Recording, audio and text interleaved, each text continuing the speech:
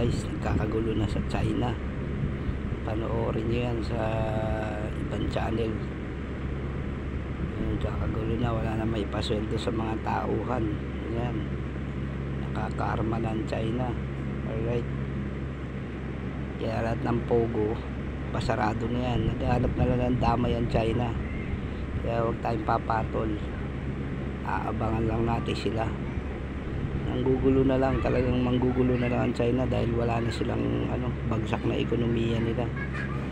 Hindi natin papatulan yan, pero pag pumasok dito yan, siyempre didepensa natin, makakatikim sa atin yung mga yan.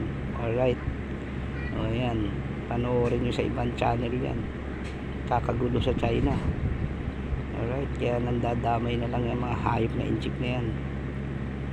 Kakagulo sila dun. Alright, yan, mga nangbubuli na lang, nandadamay, maghahanap ng damay na bansa yan para pati ekonomiya natin bumagsak din. Hindi pwede yan, kalokohan yan. Yan, shoutout sa lahat ng subscriber natin, Batang 19. Alright.